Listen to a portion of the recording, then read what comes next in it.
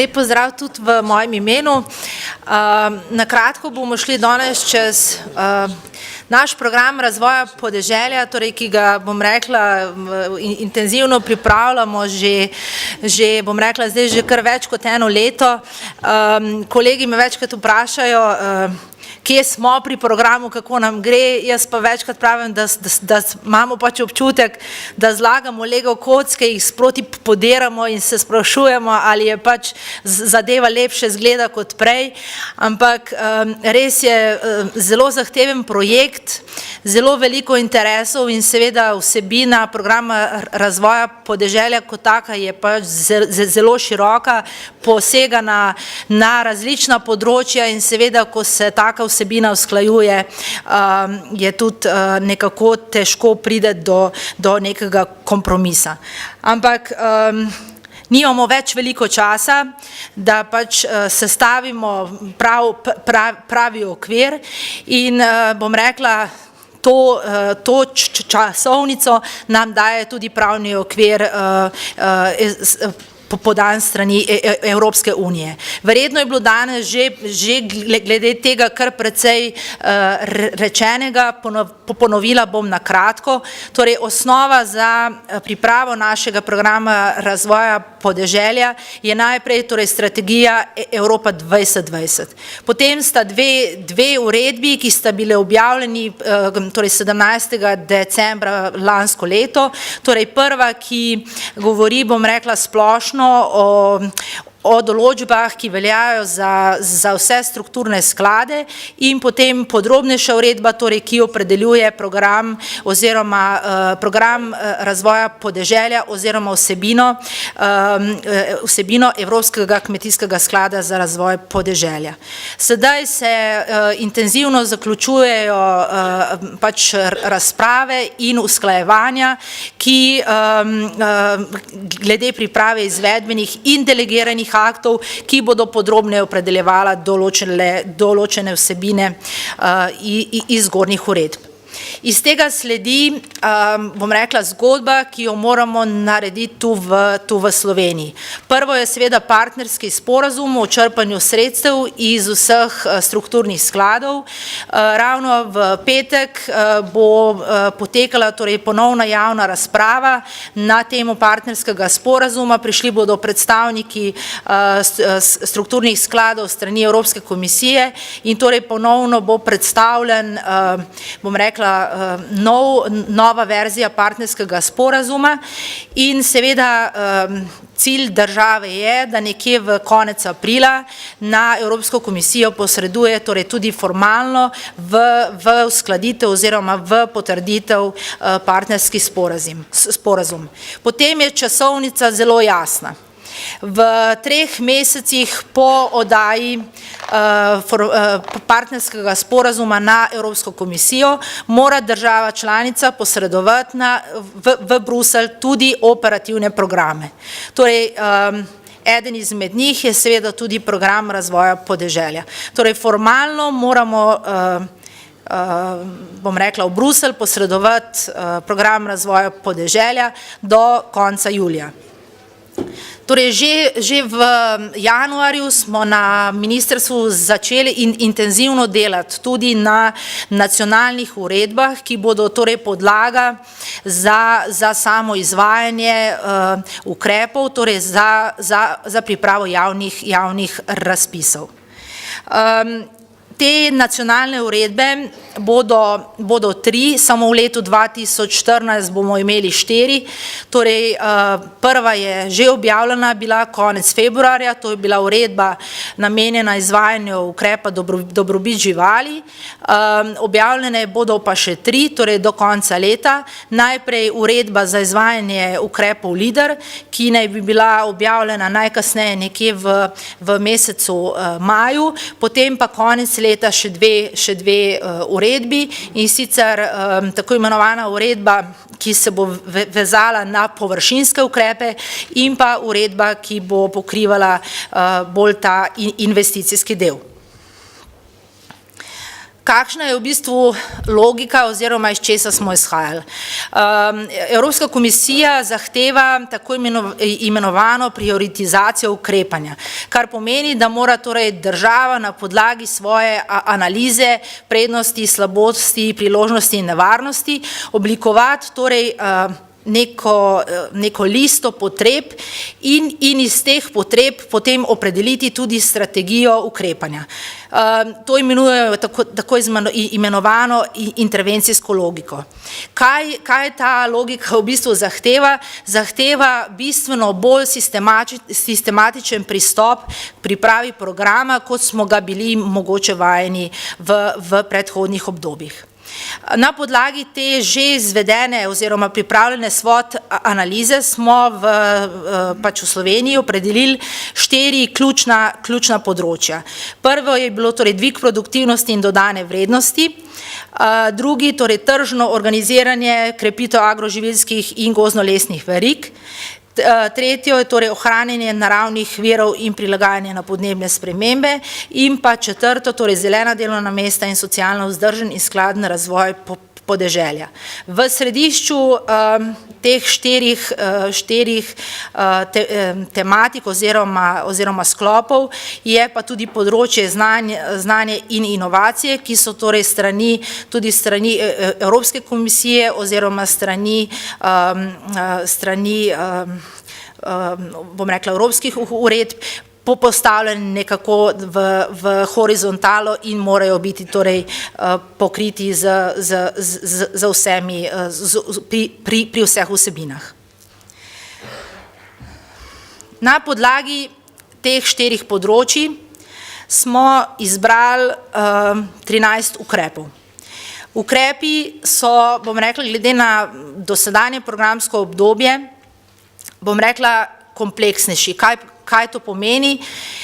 Pomeni, da bom rekla, posamezen ukrep oziroma, ne vem, konkretno, če govorimo, ne vem, o naložbah v osnovna sredstva, vključujejo, na primer, v okviru tega ukrepa se izvaja kar, bom rekla, 3 podukrepi, ki so se v zdajšnjem programskem obdobju izvajali kot ločen ukrep. Kar pomeni, da kljub temu, da govorimo torej o 13 ukrepih, pa ti vključujejo, bom rekla, zelo kompleksne podukrepe, kar pomeni, da je pač tematika in pač vsebina teh ukrepov zelo široka.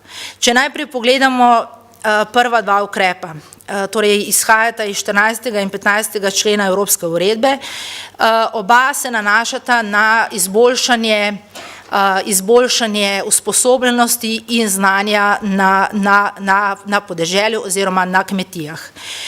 Prvi je torej namenjen usposabljanju, torej govorimo o skupinskem usposabljanju in pa vzpostavitvi demonstracijskih projektov. Drugi pa je namenjen individualnemu svetovanju. Tukaj smo, bom rekla, po področju uporabe zelo skrčili in sicer predvsem na pripravo programov za dobrobiti živali, ki so torej pogoj za vstop pri ukrepu dobrobit živali, potem vezano na prestrukturiranje, individualno svetovanje vezano na prestrukturiranje torej konvencionalnih kmetij v ekološko kmetovanje, ter tudi, bom rekla, tako imenovan individualno svetovanje namenjeno tistim, ki vstopajo v kmetijsko-okoljsko podnebna plačila. Naslednji ukrep, sheme kakovosti za kmetijske proizvode in živila, torej nadaljujemo z izvajanjem ukrepa iz tega programskega obdobja, znan je bil kot pod šifro 132, tudi vidimo tudi v zdajšnjem programskem obdobju je temu ukrepu namenjeno malo denarja, je pa, bom rekla, v okviru tega ukrepa, ki bom kasneje tudi povedala, pa vključuje ta ukrep sedaj še tako imenovan promocijski del, tako da je seveda količina denarja namenjenim tem vsebinam glede na dosedanje programsko obdobje precej nižja. Smo pri naložbah v osnovna sredstva, to je investicijski ukrep. Gre v bistvu za nadaljevanje 3 ukrepov iz tega programskega obdobja.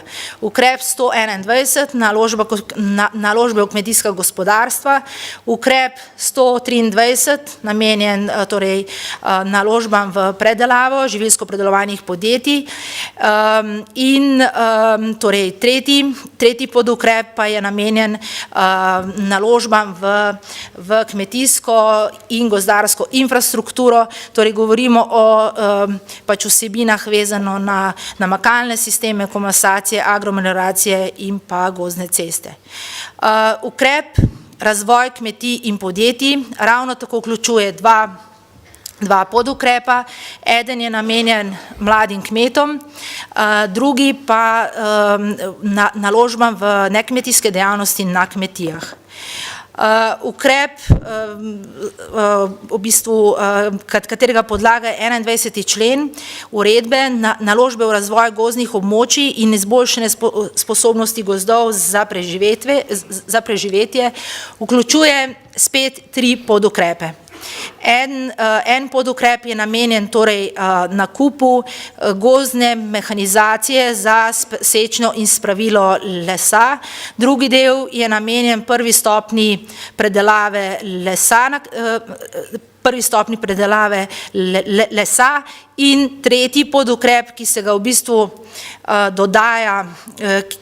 dodala v bistvu konec februarja, ko se je v bistvu zgodila ta katastrofa torej z žledom, pa se dodaja torej ponovno nov podukrep, ki je namenjen v bistvu obnovi gozdnega potencijala, ki je bil torej uničen zaradi žledu. Imamo torej naslednji ukrep, ustanovitev skupin proizvajalcev, gre v bistvu za nadaljevanje izvajanja ukrepa iz zdajšnjega programskega obdobja znan pod ukrepom 142. Tudi temu ukrepu veliko sredstev torej ni namenjenih, je pa torej eden ključnih, kar se tiče povezovanja, tako da pač ostaja tudi v naslednjem programskem obdobju. Naslednji 3 ukrepi so se sedaj izvajali pod okriljem tako imenovane druge osi, sedaj teh osi ni več, so pa v bistvu opredeljeni torej kot 3 ukrepi. Eden je kmetijsko-okoljsko-podnebni ukrep, kateremu v zadnjem času namenjamo največ časa in največ, dejavnosti, največ usklajevanj. Tukaj se torej želi neko nadgradnjo obstoječega sistema in pač z usklajevanji sedaj pripravljamo to vsebino tega ukrepa. Ekološko kmetovanje je sedaj torej ločen ukrep, v tem programskem obdobju smo ga izvajali torej v okviru kmetijsko-okoljskih plačil. Ostaja torej ukrep plačil OMD, torej plačila območjem z naravnimi in drugimi posebnimi omejitvami, bistvenih sprememb. Pri tem ukrepu do leta 2018 torej ni predvideti, po tem letu pa bomo prišli v bistvu na nov sistem tega izvajanja tega ukrepa, torej na podlagi 8 biofizikalnih kriterijev in takrat torej bo na tem področju tudi nekaj več sprememb. Zaenkrat ta ukrep v programu razvoja podeželja torej je zapisan kot obstoječi ukrep in z v bistvu spremembo programa bomo morali v letu 2018 tudi to uskladitev pripraviti. Naslednji ukrep je dobrobit živali, je v bistvu ukrep, ki smo ga dejansko že začeli izvajati, v letošnjem letu sicer samo za sektor prašičereje, tudi v program razvoja podeželja zaenkrat drugih sektorjev živinoreje, torej drugih sektorjev ne bomo vključevali, ukolikor bo zadeva tako finančno kot tudi, bom rekla, da bo tudi interes na drugih sektorjih katerih pa je možna torej širitev programa razvoja podeželja tudi na druge sektorje. Kot nov ukrep se v tem programu torej uvaja tudi ukrep sodelovanje, ki ga bom kasneje mogoče malo bolj podrobno predstavila, in pa nadaljujemo z izvajanjem ukrepov LEADER. Tem je v zdajšnjem, v bistvu v tem novem programskem obdobju namenjenih precej več sredstev, torej 5% sredstev programa je potrebno nameniti za te ukrepe in torej zdajšnjih 33 milijonov torej prehajamo na, bo pač tem ukrepom namenjenih 52,4 milijone evrov. Bistvene novosti. Prva se nanaša na oblike podpor. Torej, poleg nepovratnih sredstev bomo v tem programskem obdobju izvajali tudi ukrepe, ki bodo torej vključevali tako imenovana povratna sredstva oziroma bodo uporabljeni finančni inštrumenti. Te vsebine se bodo delno izvajale oziroma gre za vsebine v obliki, bom rekla, dodeljevanja kreditov, bodisi v obliki subvencioniranih obrestnih mer in dajanja garancij. Kakšne vrste posameznih finančnih inštrumentov bomo pač pri posameznem ukrepu, pri katerem bomo pač želimo uporabiti to vrstne podpore, katere vrste finančnih inštrumentov bomo torej uporabili, bo znano potem, ko bo strani Evropske investicijske banke za celotno Slovenijo, torej za celotno gospodarstvo in tudi torej za področje kmetijstva, gozdarstva in živilsko-predelovalne industrije narejena tako imenovana analiza vrzeli v bančnem sektorju in na podlagi tiste analize bodo pol opredeljeni tudi vrste posameznih finančnih inštrumentov. Torej, kje bodo ta povratna sredstva, torej pri katerih ukrepih se bodo ta povratna sredstva dodeljevala. Zaenkrat je to predvideno pri ukrepu naložbe v živilsko-predelovalno industrijo v delu, torej del sredstev naj bi bil namenjen torej nepovratnim, del pa povratnim sredstvom. V celoti naj bi se ukrep s pomočjo povratnih sredstev izvajal pri naložbah na nekmetijske dejavnosti in pa pri naložbah v prvo stopnjo predelave lesa. Ohranja se torej prispevek v naravi, torej upravičen bo tudi ta del stroškov, na novo pa bomo v bistvu začeli oziroma bomo uvedli tudi možnost predplačil. Sicer pri tem je, bom rekla, smo zelo omejeni z evropsko zakonodajo, torej ta predplačila so možna, če to torej na zahtevo upravičenca, vendar torej le v primeru, kadar govorimo o naložbah oziroma o investicijah. In še to, torej največ v znesku 50% javne pomoči. Pogoj za v bistvu izplačilo je bančna garancija ali drugo enakovredno jamstvo v višini 100% zneska predplačila. V zdajšnjem programskem obdobju je bila tudi ta možnost dana, vendar je bilo jamstvo, mislim, da v višini 110%, ne samo zneska predplačila, ampak zneska odobrenih sredstev. Uvajamo tako imenovan katalog stroškov za izvajanje ukrepov. V tem katalogu ta katalog je ključen oziroma bo uporabljen predvsem pri investicijskih ukrepih. Namreč notri bodo opredeljene najvišje priznane vrednosti upravičenih stroškov, tako pri gradbeno-obrtniških delih, pri nakupu opreme in mehanizacije. Poslovni načrt pri določenih ukrepih, to je na primer pri mladih kmetih, pri nekmetijskih dejavnostih, je ta poslovni načrt torej v tem obdobju zelo poudarjen.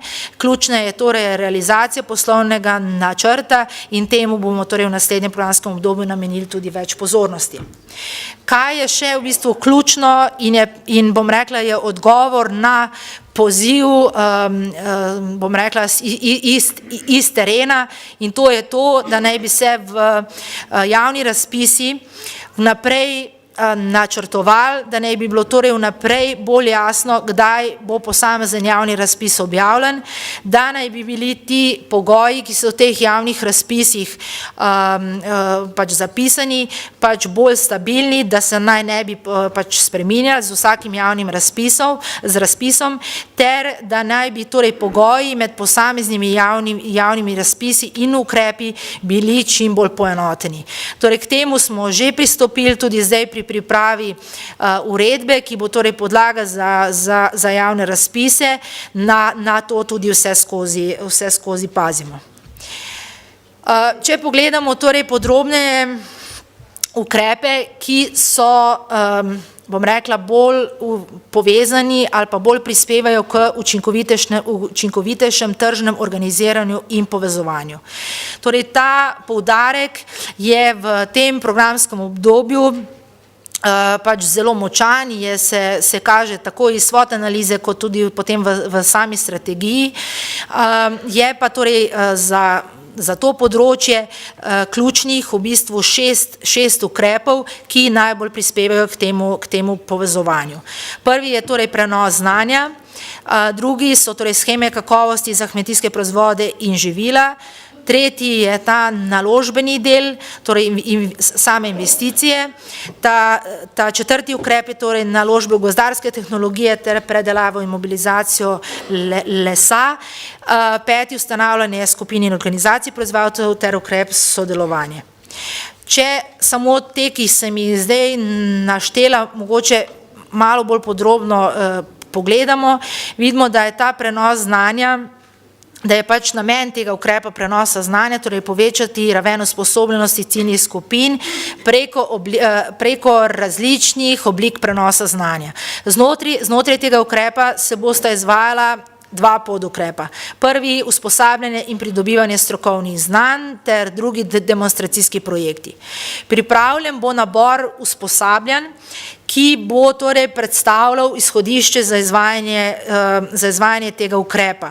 Ta nabor usposabljanj bo zdaj pripravljen kot, bom rekla, prvi osnutek na podlagi opravljene ankete v lanskem letu, kjer se je v bistvu identificiralo potrebe po znanju v bistvu med različnimi ciljnimi skupinami. Imeli bomo torej dva sklopa usposabljanj, obvezna, ki se v bistvu nanašajo in izhajajo iz obvez posameznih ukrepov, ki jih bomo izvajali, torej obvezno usposabljanje v okviru ukrepa dobrobit živali, obvezno usposabljanje v okviru ukrepa ekološko kmetovanje in pa obvezno usposabljanje v okviru kmetijsko-okoljsko-podnebnih plačil.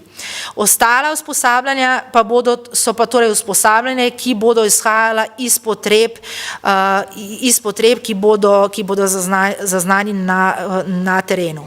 V ta sklop usposabljanj sodijo torej tudi vsebine vezane na skupen nastop na trgu in pač promocijo shem kakovosti oziroma informiranje v zvezi s tem. Podpora se dodeli v obliki nepovratne finančne pomoči, vendar ne posameznim bom rekla, kmetom, ki se bi tega usposabljanja udeležili, ampak se izplača, bom rekla, pomoč oziroma podpora tistim, ki to usposabljanje izvajajo. Namreč ukrep se izvaja preko predpisov, ki urejajo javno naročanje. Sheme kakovosti za kmetijske proizvode in živila, kot sem že prej omenila, tudi v okviru tega ukrepa se izvajata v bistvu dve vsebini, dva podukrepa. Prvo je sodelovanje kmetov v shemah kakovosti, druga pa je dejavnost informiranja in promocija za proizvode, ki so zajeti v teh shemah. Kaj je v bistvu novost tega ukrepa in kar želimo preko tega programa razvoja podeželja tudi uveljavljati. Res so upravičenci kmetje, vendar torej kmetje oziroma skupine kmetov. In v program smo vključili, torej predlagali, da se ravno zaradi poenostavitve izvajanja tega ukrepa in zaradi precejšnjih stroškov, ki so pač v zvezi s tem ukrepom nastajali tako na sami administraciji, ki je pač te zahtevke obdelovala, kot tudi na strani tistih, ki so pač te zahtevke oziroma vloge vlagali, predlagamo torej poenostavitev izvajanja in sicer z možnostjo vlaganja kolektivnih oziroma skupinskih zahtevkov. Mogoče za tiste, ki ste bolj vključeni v samo pripravo nove sheme preverjena kakovost, v okviru programa razvoja podeželja sedaj ta preverjena kakovost oziroma ta shema v program še ni vključena, ker jo ne moramo vključiti, dokler pač niso pripravljeni pač vsi, dokler ni pripravljena vsa ustrezna nacionalna zakonodaja. Ko bo to pripravljeno, bomo torej v okviru spremembe programa to shemo tudi vključili v samo izvajanje. Smo pri investicijskem ukrepu. Kot sem že prej omenila, v okviru tega investicijskega ukrepa se bodo izvajali 3 podukrepi. Prvi je naložbe, ki izboljšajo splošno učinkovitost kmetijskega gospodarstva. Gre v bistvu za nadaljevanje ukrepa 121, naložbena kmetijska gospodarstva. Tukaj pa bodo v bistvu podpore razdeljene nekako na 2 sklopa. Prvi so torej podpore za prestrukturiranje. Gre torej za naložbe, ki v bistvu ne povečujejo proizvodnje. Namen teh naložb pa je torej povečati učinkovitost rabe virov in zniževanja stroškov proizvodnje, prilagajanje na novo uvedene standarde ter pa povečanje okoljske učinkovitosti oziroma blaženje podnebnih sprememb. V okviru tega sklopa podpor bodo prednostno podprte naložbe, torej kolektivne skupne naložbe v objekte in pripadajočo opremo, v torej kmetijska gospodarstva, ki ležijo torej na gorskih območjih in se torej ukvarjajo pretežno z živinorejo, ter v sektorje, ki omogočajo višjo dodano vrednost. Tukaj torej so ključni torej sektorji pridelave sadja in zelenjave. Drugi sklop so podpore za naložbe, ki povečujejo proizvodne kapacitete. V sklopu te naložbe seveda sledimo ciljem resolucije, s katerimi torej želimo povečati samooskrbo v Sloveniji in torej prednostno bodo podprte naložbe v tiste sektorje, za katere je torej v Sloveniji značilna nizka samooskrba, ter v sektorje, ki so delovno intenzivnejši in torej zaradi povečevanja proizvodnih kapacitet lahko prispevajo tudi k ustvarjanju novih delovnih mest. Kaj je mogoče tukaj neka ključna zgodba ali pa večkrat na to temo dobivamo vprašanja, torej kaj bo z kmetijsko mehanizacijo. Zaenkrat je tako kot večina ostalih evropskih držav, tudi v Sloveniji predlog, da naj bi bil torej upravičen, da naj bi bili kmetje upravičeni samo do nakupa specialne kmetijske mehanizacije. Izjema bi bila lahko samo, torej in tako je tudi predvideno zdaj v programu, izjema bi bila lahko samo pri kolektivnih oziroma skupnih naložbah, kjer pa te omejitve ne bi bilo. Zneski in stopnje podpore, kot je že prej generalna direktorica omenila, torej predlog je, da se ta stopnja podpore zniža. Zaenkrat torej je predlog na 30% priznane vrednosti naložbe, ki pa se torej lahko poveča zaradi določenih torej kriterijev, ki jih omogoča tudi Evropska uredba. To pa je, ali se torej naložba nahaja na območju z omejenimi dejavniki, ali torej naložbo, ali torej investirajo mladi kmetje oziroma ali gre za kolektivne naložbe. Naložbe v, bom rekla, živilsko-predelovalno dejavnost ostajajo, bom rekla, kot cilj oziroma kot vsebina podobna izvajanju v tem programskem obdobju. Opredelili pa smo, bom rekla, nekako 3 prednostna področja in ta področja so naslednja. Torej, tisto področje, ki bi prispevalo k širitvi obstoječe dejavnosti in bi torej zaradi te širitve lahko prišlo tudi do ustvarjanja novih delovnih mest. Ravno tako tudi v tem delu bodo imele torej neko prednost pri izboru kolektivne in skupne naložbe, ravno zaradi, bom rekla, te večje izkoriščenosti proizvodnih kapacitet ter, bom rekla, porazdelitve teh proizvodnih stroškov med več subjektov.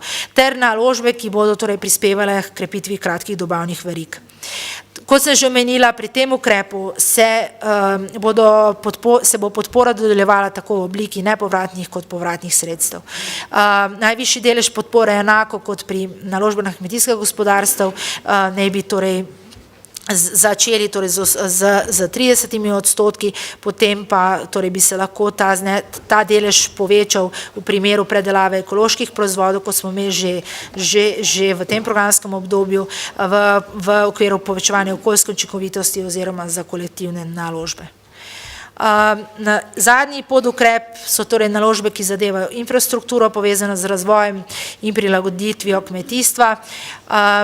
Tako kot v zdajšnjem programskem obdobju se bo v okviru tega se bo podpora namenila izvedbi komasacij, agromeleracij, ureditvi namakalnih sistemov in pač nakupu namakalne opreme, tudi ureditvi zasebne infrastrukture na kmetijskih gospodarstvih in živilsko-predelovalnih obratih, vendar tukaj v zelo omejenem obsegu, gre namreč za zasebno infrastrukturo na gorskih območjih ter za gradnjo in rekonstrukcijo gozdnih cest in gozdnih vlak. Naložbe v gozdarske tehnologije ter pri predelavi in mobilizacijo lesa, to sem že v bistvu prej omenila, ta 2 podukrepa, ta tretji, ki je bil dodan in kateremu bo namenjeno približno 20 milijonov evrov, je torej sama obnova gozdnega potencijala po naravni katastrofi. Ta 2 pa sta torej namenjena investicijam. Zakaj jih posebej izpostavljam? Zato, ker torej je naložba v nakup nove mehanizacije in opreme za sečno spravilo lesa bo po predlogu torej izvajano v okviru dodeljevanja nepovratnih sredstev, medtem kot naložbe v neindustrijsko predelavo lesa, tle gre torej za prvo stopnjo predelave lesa, pa se naj bi podpora dodeljevala samo v obliki povratnih sredstev. Skupine in organizacije proizvajalcev, bom rekla, podobna zgodba, kot smo jo bili, kot jo poznamo že iz tega programskega obdobja, pavšalni znesek, ki se izplača v letnih obrokih za prvih 5 let po datumu priznanja skupine ali organizacije proizvajalcev. Potem, mislim, potrebno je, da se ta znesek torej znižuje, torej da pač obstaja degresija in najvišji znesek na leto ne sme presegati 100.000 evrov. Kaj je v bistvu podlaga za izračun tega deleža, je pa torej tržna proizvodnja skupine oziroma organizacije proizvajalcev. Zakaj tukaj omenjamo tudi organizacije proizvajalcev, ki so drugače, bom rekla, opredeljene v sklopu prvega stebra.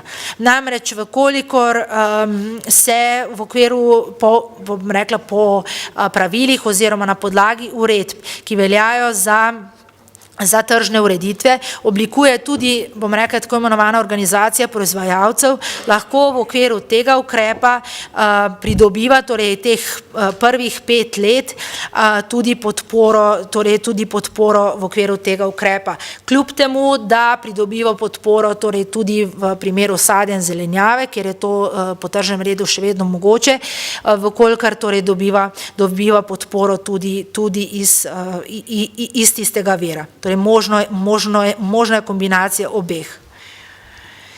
Sodelovanje, nov ukrep, ki v bistvu podpira raznovrstne oblike sodelovanja vsaj dveh subjektov, ki pa to sodelovanje pa mora obvezno vključevati torej tudi kmetijski sektor, torej pomeni tudi kmetijska gospodarstva. To je v bistvu pogoj, torej ne gre samo za sodelovanje, ne vem, dveh znanstvenih inštitucij, torej vkolikor ali pa dveh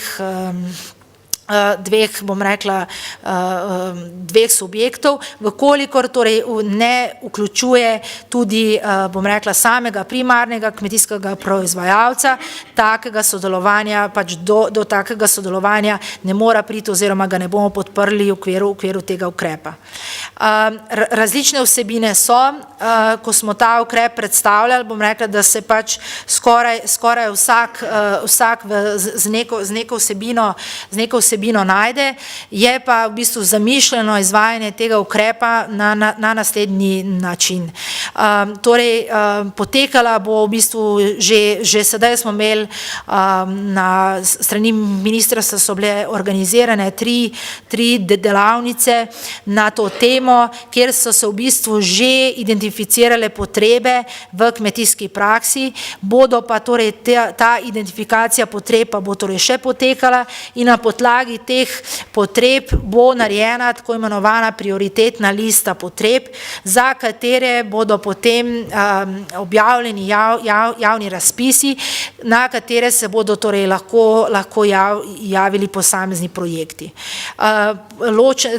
Ti projekti bodo potem posebej ovrednoteni, ocenjeni in torej narejen bo izbor teh projektov, ki bodo podprti in na koncu torej pride do pač samega izvajanja projektov, do zaključkov projektov in ti zaključki oziroma znanje ali pa cilj teh projektov mora potem biti torej prenešen tudi širši javnosti in torej tudi objavljen javno v okviru tako imenovane podatkovne baze projektov. Še nekaj o finančnem načrtu. Prej v začetku, ko sem vam predstavljala ukrepe, je bilo na desni strani, torej so bile opredeljene tudi vrednosti po posameznih ukrepih.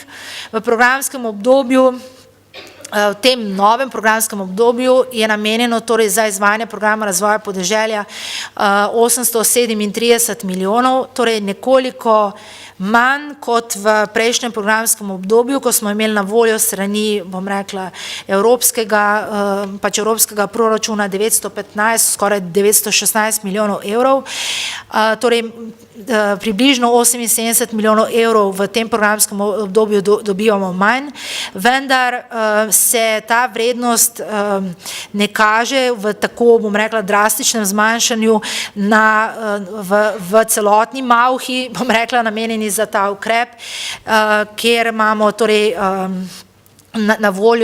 na voljo milijardo, skoraj milijardo 100 milijonov evrov. Zakaj? Zato, ker je pač delež sofinanciranja med EU skladom in nacionalnim proračunom zdaj nekoliko drugače porazdeljen. V tem programskem obdobju je na primer za kmetijsko-okoljska plačila pa za OMD plačila bilo razmerje 80 Evropa, 20 Slovenija, sedaj pa je to pač razmerje drugačno, 75% da pač Evropski sklad, medtem ko 25% pa mora prispevati Slovenija. Razpoložljiva sredstva, ki jih ima program na razpolago, bo potrebno razdeliti na vzhodno in zahodno Slovenijo. Zakaj? Zato, ker pač v tem programskem obdobju je Slovenija razdeljena na tako imenovani dve regiji, vzhodno in zahodno Slovenijo, in na podlagi tega, torej ta razdelitev vpliva sedaj tudi na sam program razvoja podeželja. In kaj to pomeni? Pomeni, da moramo torej sredstva programa razdeliti na ti dve regiji. Predlagana pač razdelitev je 65% sredstev na vzhodno Slovenijo in 35% sredstev na zahodno Slovenijo. Vendar je ta predlagana razdelitev je narejena na podlagi, dveh analiz. Prva je bila analiza dodeljenih sredstev po teh regijah, druga pa v bistvu sama nedodeljena sredstva, ampak v bistvu zaprošena sredstva. Torej že sami projekti, ki so noter prišli, torej smo že upoštevali te, preden so dejansko v bistvu bila ta merila za izbor pač upoštevana. In pač taka razdelitev se nam kaže, da bi bila primerna tudi za to novo programsko obdobje. Kaj se zgodi, če neka regija teh sredstev ne porabi, oziroma ali je možno prestavljati ta sredstva z ene regije v drugo? Ja, v programu razvoja podeželja je ta možnost dana, mislim, da na kohezijski politiki oziroma na operativnem programu te možnosti ni, oziroma saj kot jaz vem, glede na zadnje podatke so tam nekoliko bolj omejeni, tukaj pa glede na to, da imamo en program, za celotno državo je ta možnost torej dana.